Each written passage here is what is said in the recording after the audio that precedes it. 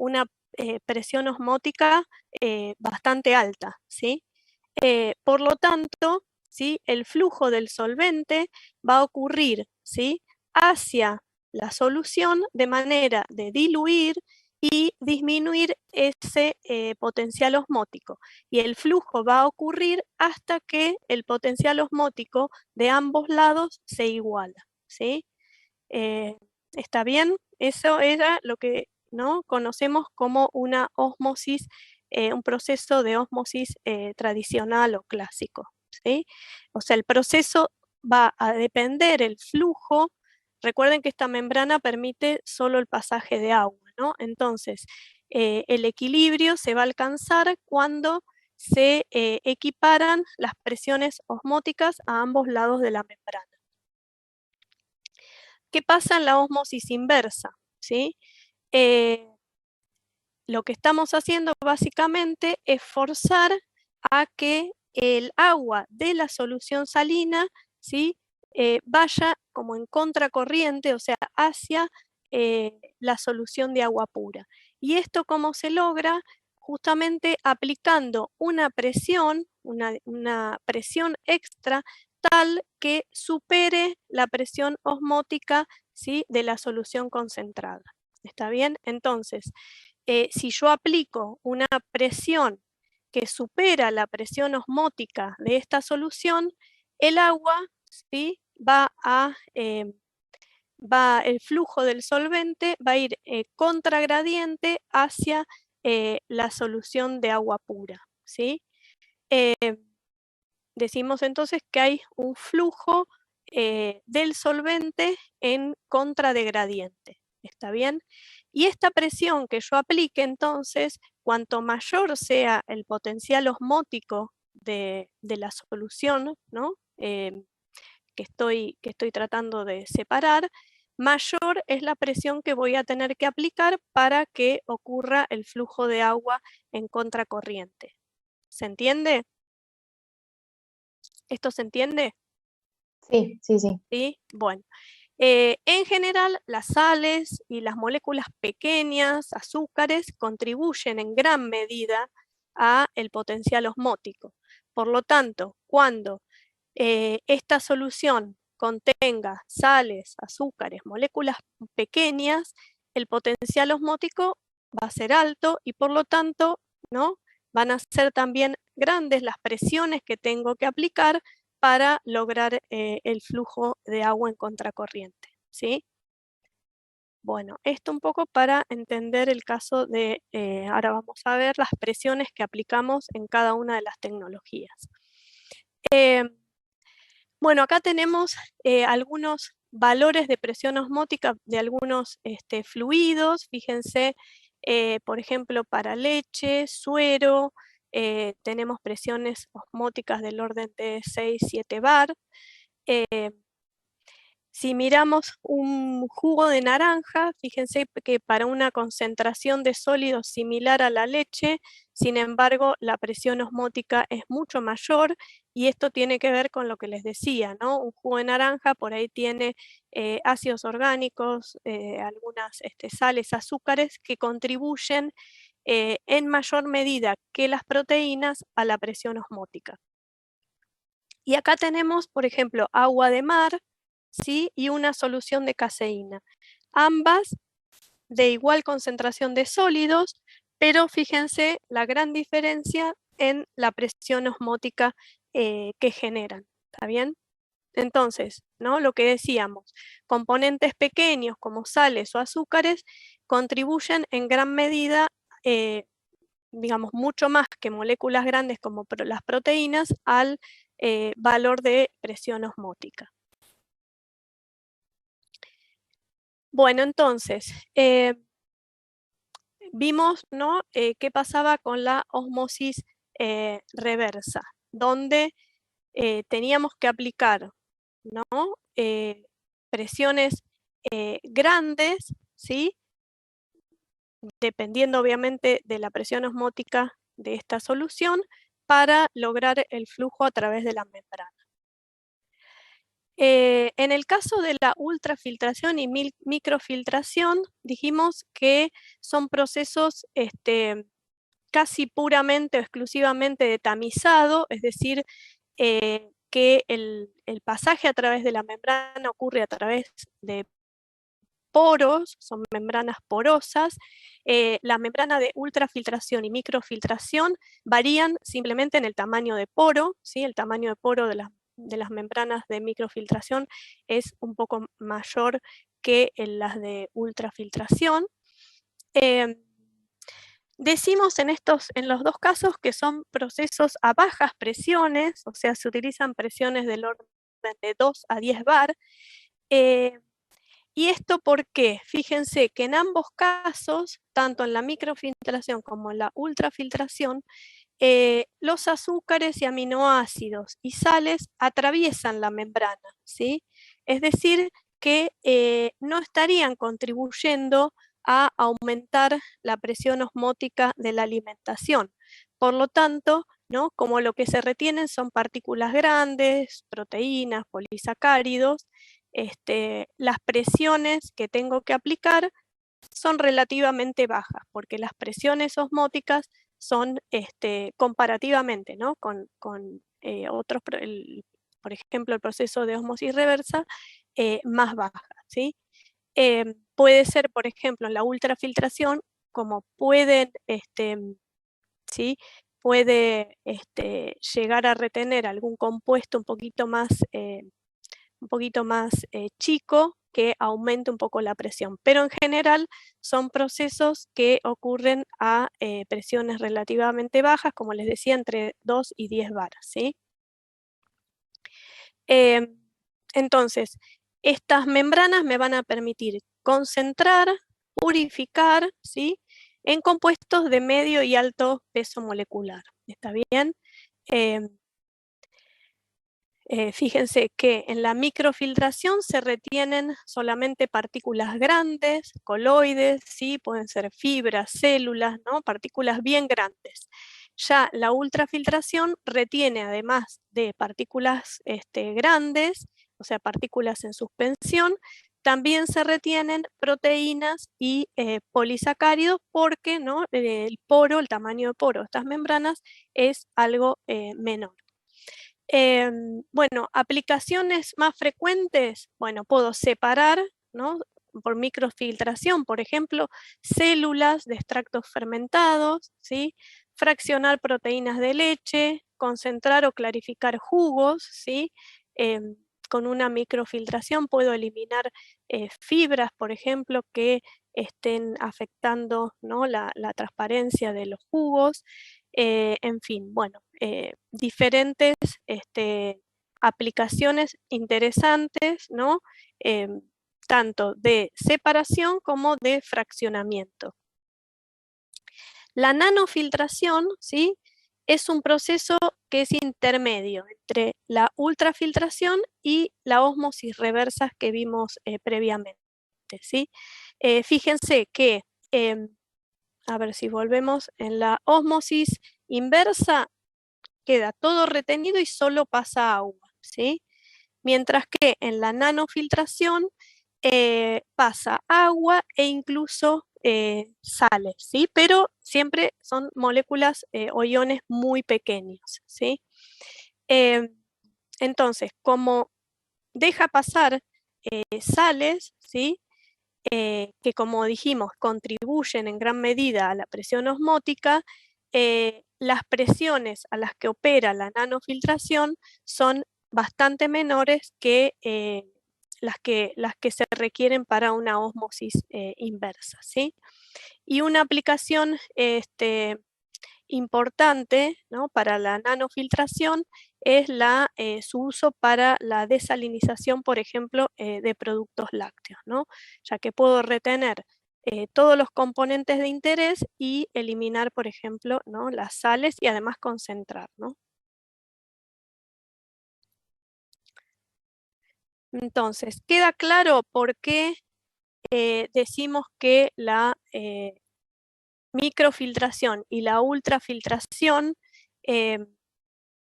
bueno, la nanofiltración, como dijimos, es intermedia, ¿no? Pero estos dos procesos, la microfiltración y la ultrafiltración, son operaciones de membrana que ocurren a bajas presiones, ¿sí? Porque en ambos casos, tanto los azúcares como las sales pasan a través de la membrana y por lo tanto no contribuyen a la presión, a aumentar la presión osmótica de la alimentación. La nanofiltración todavía también son relativamente bajas porque las sales que tienen gran contribución a la presión osmótica atraviesan la membrana, ¿sí? Son algo mayores que en la ósmosis inversa porque, perdón, menores que son menores que en la ósmosis inversa, ¿sí? Justamente porque las sales pasan, pero algo mayores que en la ultrafiltración porque pueden retenerse algunos azúcares que pueden aumentar en cierta proporción la presión osmótica. Pero en general decimos, ¿no?, que estos procesos son a bajas presiones, la microfiltración, ultrafiltración y nanofiltración. Bueno, acá entonces tienen ¿no? Todos los procesos de membrana, ¿no?, que ocurren bajo una diferencia de presión como fuerza impulsora, ¿no? Y vemos cómo en cada caso qué moléculas se van reteniendo. La microfiltración retiene solo sólidos suspendidos, partículas grandes. La ultrafiltración ya retiene, además de partículas y sólidos suspendidos, macromoléculas como proteínas y polisacáridos. La nanofiltración ya retiene también iones multivalentes, ¿sí? Y luego en la ósmosis reversa, ¿sí?, se retiene todo, incluso iones monovalentes, y solo pasa el agua, ¿sí? Son membranas, como vimos, bien densas. Y acá tienen, ¿no?, está bastante integrado todo, tienen todos los valores, tanto de presión como de tamaño de poro para las distintas operaciones de membrana, ¿no? Tenemos ósmosis reversa, la nanofiltración, ultrafiltración y microfiltración. Acá están los esquemas que vimos previamente de lo que puede pasar y de lo que queda retenido. Pero bueno, es interesante ver acá las presiones, ¿no?, que se requieren para operar cada uno de los procesos, ¿sí? Fíjense que la ultrafiltración y la microfiltración, ¿sí?, las presiones van de 1 a 10 bar, aumentan un poco en la nanofiltración, ¿sí?, ya se van de 20, en el rango de 20 a 40, por lo que veíamos antes, ¿no?, que acá algunos azúcares o aminoácidos pueden quedar retenidos y contribuir entonces a aumentar en cierta medida la presión osmótica. Y ya en la ósmosis reversa, donde se retienen sales, ¿no?, aumenta mucho la presión osmótica de la alimentación y por lo tanto son mayores las presiones que tengo que aplicar para vencer, ¿no?, esa presión osmótica y que ocurra el proceso. Y acá tienen, ¿no?, rangos correspondientes a el tamaño de poro en cada caso, ¿sí? Muy, muy, muy pequeño en el caso de ósmosis reversa y nanofiltración, por eso decimos que estas membranas son más bien densas y el transporte ocurre principalmente por difusión, y en estos casos sí ya tenemos tamaños de poro mayor, y es, ¿no?, el mecanismo principal por el cual ocurre el pasaje a través de la membrana. Bueno, este es otro esquema similar que lo pueden después ver con un poco más de detalle, pero es básicamente la misma información, se incluye un poco, ¿no?, la escala a nivel de microscopía en cada caso, y se incluyen algunos otros componentes que pueden quedar retenidos o no, dependiendo de cada proceso, como, bueno, no sé, partículas de látex, pigmentos, el ADN, ¿sí? Bueno, virus, distintos compuestos que van a quedar o no retenidos en cada caso. Este también, pero está focalizado este esquema en microorganismos, ¿no? Y entonces vemos que en una microfiltración, fíjense que quedan retenidos, ¿no? Bueno, decíamos los sólidos suspendidos, partículas grandes y las bacterias. Pero los virus en general atraviesan las membranas de microfiltración, pero ya quedan retenidos si usamos membranas de ultrafiltración con poros, ¿no?, un poco más pequeños.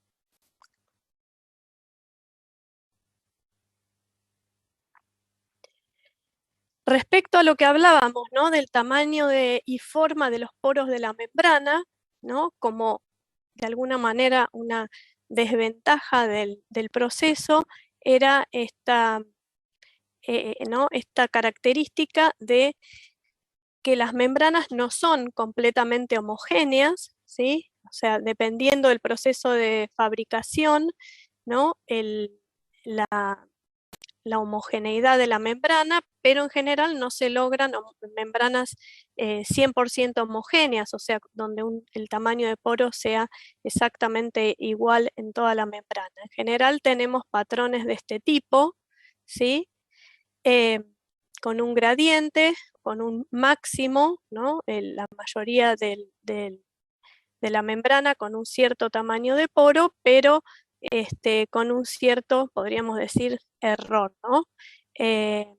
Entonces, es importante tratar de caracterizar las membranas, lo cual, en cuanto al tamaño de poro, ¿no?, lo cual se puede hacer por microscopía electrónica, por porosimetría, o sea, por microscopía electrónica se toman imágenes y se hacen mediciones del tamaño de poro, pero en general lo más efectivo es hacer un test de filtración, ¿sí? Se van haciendo pasar soluciones con compuestos de tamaño, ¿no?, un peso molecular o un tamaño definido, y se evalúa, ¿sí?, hasta qué tamaño de poro, hasta qué tamaño, perdón, de molécula es capaz de, o de compuesto, es capaz de atravesar la membrana, ¿sí? Entonces, se define, las membranas en general se caracterizan por un peso molecular de corte o molecular weight cutoff, ¿sí?, que se refiere al peso molecular de la molécula más pequeña que queda retenida en un 90% en la membrana, ¿sí?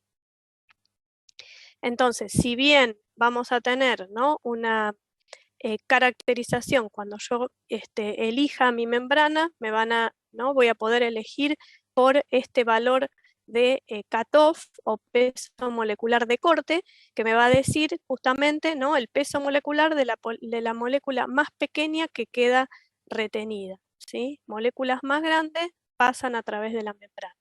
Pero bueno, como les decía, eso siempre suele tener un error por la heterogeneidad de la membrana.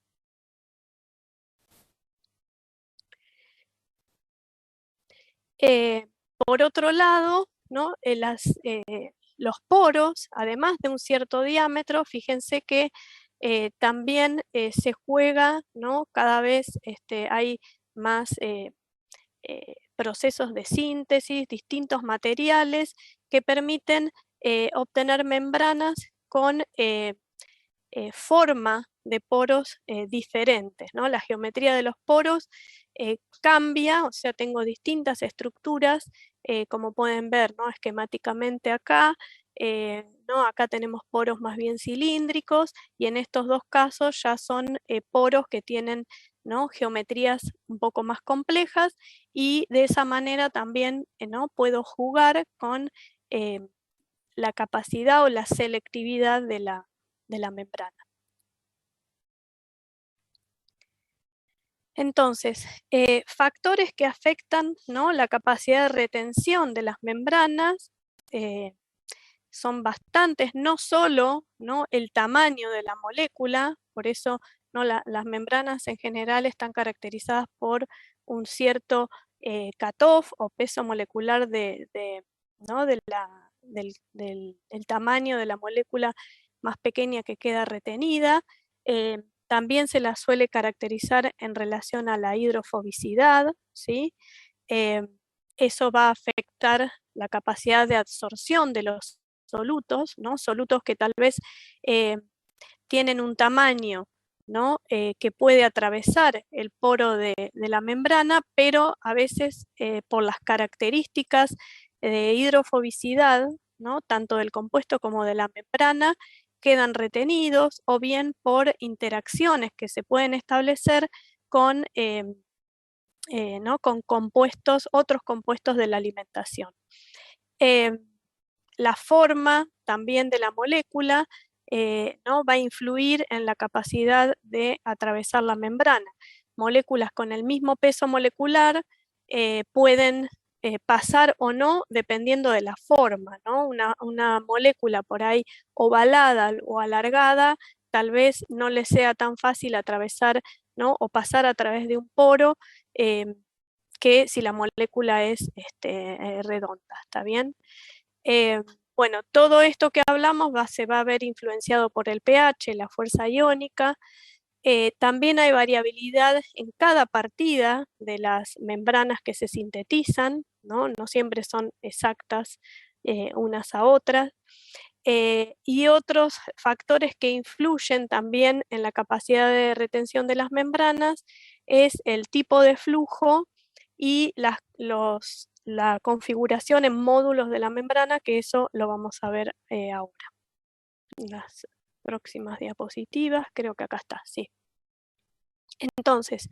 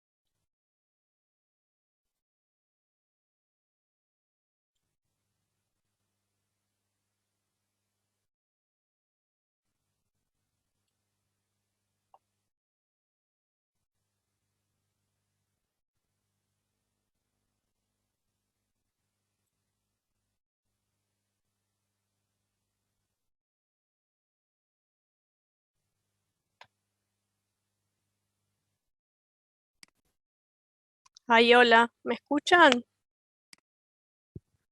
Ay, se me cortó. ¿A ustedes se les cortó? No, no, no. Ah, porque dejé de escuchar y como que se me puso la pantalla, este, como que ya dejé de compartir. ¿Ustedes seguían viendo igual? Entonces capaz que tuve yo el problema. Bueno, retomo entonces. A ver, ¿dónde quedé? Sí, sí. Ah, bueno. Bueno, disculpen que como que se me colgó la pantalla. Bueno, entonces estábamos, ¿no? en estos factores como el tipo de flujo que afectan, ¿no? la capacidad de retención de las membranas. Eh, entonces, como tipos de flujo, tenemos el flujo que llamamos longitudinal, ¿sí? o dead end en inglés, donde la alimentación es perpendicular a la membrana, ¿sí? y el permeado también perpendicular a la membrana. El caso de flujo tangencial es cuando la alimentación, ¿sí? es paralela a la membrana y el permeado sí perpendicular también. Vamos a ver que, fíjense, el esquema un poco ¿no? muestra la problemática del flujo longitudinal, que en general tiende a favorecer la concentración de compuestos sobre la membrana, y eso ¿no? va a afectar en mayor o menor medida el pasaje a través de la membrana. ¿Está bien? Esta configuración, ¿no? o tipo de flujo longitudinal generalmente es más sencillo, ¿no? más simple de operar y ¿no? de diseño del equipo, pero tiene la problemática, ¿no? de que genera ¿no? más ensuciamiento, más concentración de los componentes que quedan retenidos sobre la membrana y el efecto sobre ¿no? el flujo posterior en el tiempo. Mientras que la alimentación o flujo tangencial, ¿sí? genera un flujo más turbulento y por lo tanto evita en mayor medida la acumulación de los componentes que quedan retenidos sobre la membrana. Bueno, entonces,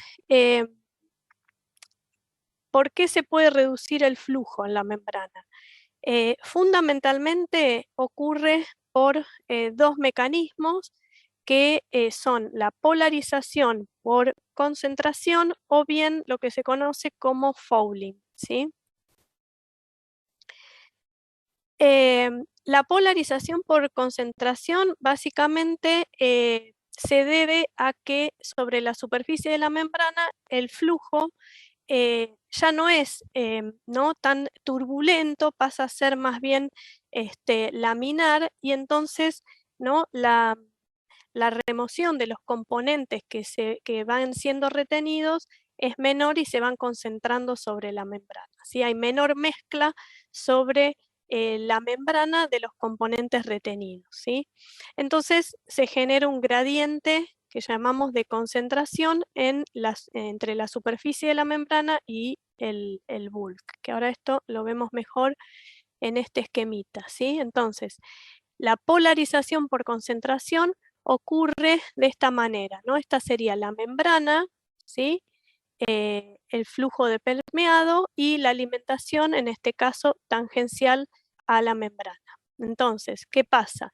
Cerca de la membrana, como les decía, el flujo deja de ser turbulento o por lo menos no tiene las características ¿no? de movimiento que tiene en el centro, entonces ocurre que ¿no? los componentes que se van acumulando de este lado de la membrana, que quedan retenidos, se van concentrando, ¿sí? Entonces forman esta capa que se conoce como capa límite, ¿sí? Entonces esto estaría representando la concentración, ¿sí? que aumenta a medida que nos acercamos a la membrana.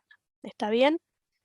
O sea, los componentes que van quedando retenidos, ¿sí? en esta zona, como el flujo es más bien turbulento, ¿no? se van diluyendo de alguna manera, pero en esta zona se van concentrando. ¿sí? Entonces tenemos lo que llamamos polarización por concentración debido a la formación de esta capa límite. ¿sí? Muchas veces ocurre que al formarse esa capa límite, dependiendo de la composición de la alimentación, pero cuando hay a veces macromoléculas como proteínas o polisacáridos, se supera el límite de solubilidad y entonces ¿no? esos componentes pueden formar una capa tipo gel. ¿sí? Entonces, esa capa gel ¿no? incluso contribuye en mayor medida a restringir el paso a través o disminuir el flujo a través de la membrana. ¿sí? Entonces decíamos ¿no? que la reducción del flujo puede darse por la polarización por concentración, que sería estos casos, ¿no? Cuando se forma una capa límite porque se concentran los componentes que quedan retenidos sobre la membrana, sumado a que en algunos casos se supera ¿no? el límite de solubilidad de componentes, como pueden ser proteínas, polisacáridos, que forman ¿no? como una capa gel sobre la membrana. ¿Está bien? Eso entonces reduce en gran medida el flujo de la alimentación a través de la membrana. La concentración por polarización y esa formación de la capa gel, ¿no? Claramente funcionan como una resistencia al flujo, ¿sí? Entonces, lo que se ve es que en general, ¿no? Si graficamos el flujo del permeado en función de la presión, ¿sí? Ocurre que el flujo se hace independiente de la presión y constante, ¿sí? A altas presiones transmembranas. Es decir, si yo mido el flujo del permeado, ¿no? En función de la presión, de la diferencia de presión que aplico, si yo estoy pasando por la membrana agua pura, ¿qué va a pasar? A medida que aumento la presión, voy a aumentar el flujo la velocidad del flujo de permeado. ¿Está bien? Ahora, ¿qué pasa? Si yo estoy, ¿no? Pasando una solución por la membrana, voy a hacer un jugo, un suero, que genera algún tipo de ensuciamiento, lo voy a ver ¿no? En la forma de la curva, que a medida que aumento la presión, ¿no? El delta de presión a través de la membrana, el permeado, el flujo de permeado, no sigue una relación lineal, sino que ¿sí? Alcanza como un plató debido a que por más que aumente la presión, ¿sí? Esto me está indicando que hay ensuciamiento de la membrana. A medida que aumento la presión, el flujo no sigue aumentando justamente por esa resistencia, ¿no? Que me está oponiendo la presencia de esa capa límite o ¿no? de algún ensuciamiento sobre la membrana. Esto se podría aumentar, ¿no? o mejorar si aumento el flujo a través de la membrana o bien ¿no? si utilizo una alimentación menos concentrada. Entonces voy a de alguna manera retrasar, ¿no? el ensuciamiento de la membrana que va a ocurrir, puede ocurrir igual, pero en menor medida, ¿sí? Entonces, bueno, si yo grafico el flujo de permeado en función de la presión transmembrana y veo este tipo de curvas, ¿sí? En lugar de una línea recta, esto me está dando alguna indicación de que la membrana está teniendo algún problema, ¿no? Como puede ser algún tipo de ensuciamiento, ya sea por polarización, por la concentración o, ahora vamos a ver, por fouling también, ¿sí?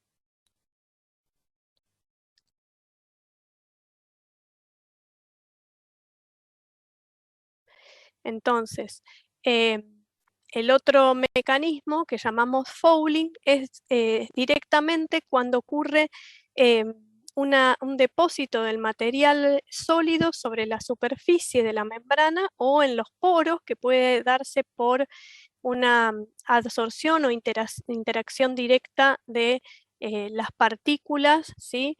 con la membrana. A veces también pueden dependiendo ¿no? de la alimentación, pero a veces si hay azúcares puede haber cristalización sobre la membrana o en los poros. A altas concentraciones, bueno, precipitaciones o incluso puede haber por contaminación formación de colonias microbianas que ¿no? Van a actuar generando una resistencia al flujo en esa membrana. Este proceso de fouling en general es irreversible, ¿sí? Entonces, si ocurre ¿no? por estos mecanismos, tengo que limpiar la membrana, o sea, hacer toda una limpieza de la membrana para recuperar el flujo. Mientras que el ensuciamiento por concentración por polarización muchas veces es reversible y si modifico la velocidad de flujo, por ejemplo, puedo remover y limpiar la membrana sin tener que hacer una limpieza ¿no? con algún químico o agente físico. Bueno, acá tienen un poco una representación de los dos procesos de ensuciamiento, polarización y fouling. Acá tenemos la membrana, ¿sí? La alimentación, ¿sí? El permeado, y tenemos entonces la capa, ¿no? Límite o de aumento de concentración por polarización, la capa que dijimos de gel, que puede ocurrir en algunos casos cuando la concentración, ¿no? de las macromoléculas supera el límite de solubilidad y, por ejemplo, gelifican, y lo que sería la capa irreversible, ¿no? Dada por procesos de tipo de fouling. ¿Está bien? Todas estas, ¿no? Distintas capas de alguna manera ensucian la membrana, van a actuar como resistencias al flujo de la alimentación. Entonces acá tenemos, ¿no? un poco las resistencias que se oponen al flujo. Obviamente el flujo va a estar dado por la diferencia de presiones menos la presión osmótica, ¿sí? Va a ser directamente proporcional a esa diferencia e inversamente proporcional a las resistencias, ¿sí? que tenemos. Bueno, la resistencia es dada por las partes densas de la membrana y, bueno, resistencia por la capa, ¿no? de concentración por polarización, y también resistencias que tienen que ver, que están incluidas en lo que sería el RF, dado por la absorción de partículas a los poros o, bueno, distintos taponamientos o la capa gel, ¿sí? Vimos entonces que el flujo, ¿no? se tornaba, en función de la presión, empezaba a dejar de ser ¿no? una relación lineal para pasar a ser una relación con, ¿no? a que alcanzaba un máximo debido al ensuciamiento. Y también podemos ver el ensuciamiento si graficamos el flujo de permeado en función del tiempo, ¿sí? Si yo estoy pasando agua a través de la membrana y no hay ningún tipo de ensuciamiento, el flujo en el tiempo se debería mantener constante. Pero cuando hay algún tipo de ensuciamiento, ¿no? de la membrana que va a afectar el flujo, vamos a ver que ¿no? las curvas tienen esta forma. El flujo disminuye con el tiempo. En general, para la concentración por polarización se alcanza un cierto plató, y en el caso del fouling en general disminuye paulatinamente en el tiempo, ¿sí? La concentración por polarización en general se puede revertir, mientras que el fouling suele ser un fenómeno más bien irreversible. Los factores que afectan la velocidad de flujo durante la filtración están resumidos en esta tabla, ¿sí? y tienen que ver con propiedades específicas de la membrana, ¿sí? un mayor tamaño, acá está indicado el cambio con una flecha, un mayor tamaño de poro claramente va a generar un mayor flujo. Un mayor espesor de la membrana en general disminuye el flujo, mayor porosidad aumenta el flujo. Membranas más, como vimos, ¿no? más complejas, de una estructura más tortuosa o más compacta, en general hacen que disminuya el flujo. Por otro lado, en relación a las propiedades de la alimentación, a mayor concentración, menor va a ser el flujo, ¿sí? A mayor viscosidad también menor flujo, y si tomamos la temperatura, ahí sí, si aumento la temperatura, normalmente el flujo aumenta. Y después tenemos también factores que tienen que ver con efectos hidrodinámicos, ¿no? Como son la presión transmembrana, o sea, una mayor diferencia de presión aplicada va a generar un mayor flujo, ¿sí? Y normalmente también el cross-flow o el flujo tangencial también favorece, ¿no? que haya una mejora en el flujo a través de la membrana. Muchos, ¿no?, de los factores son bastante intuitivos. Y acá podemos ver, ¿no?, el ensuciamiento en relación al tipo de flujo, ¿no?, que algo ya les mencioné.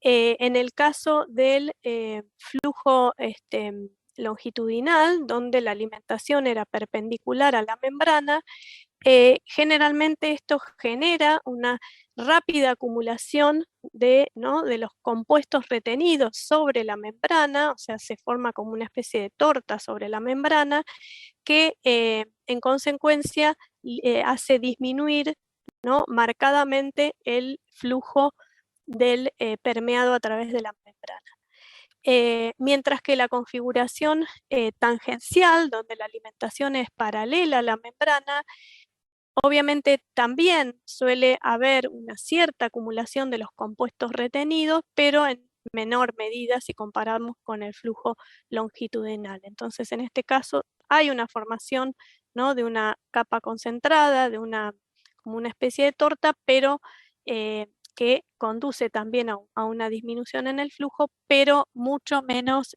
marcada que lo que se ve para el flujo longitudinal, ¿sí? Bueno, y acá entonces pasamos un poco a los materiales que se suelen usar para la fabricación de las membranas, ¿sí? Tenemos, por ejemplo, membranas que tienen que ver, ¿no?, más bien poliméricas, que son las que se utilizan mayormente. Generalmente son membranas de acetato de celulosa, de poliamida, ¿sí?, polipropileno. Bueno, hay un montón de polímeros que se utilizan para sintetizar este tipo de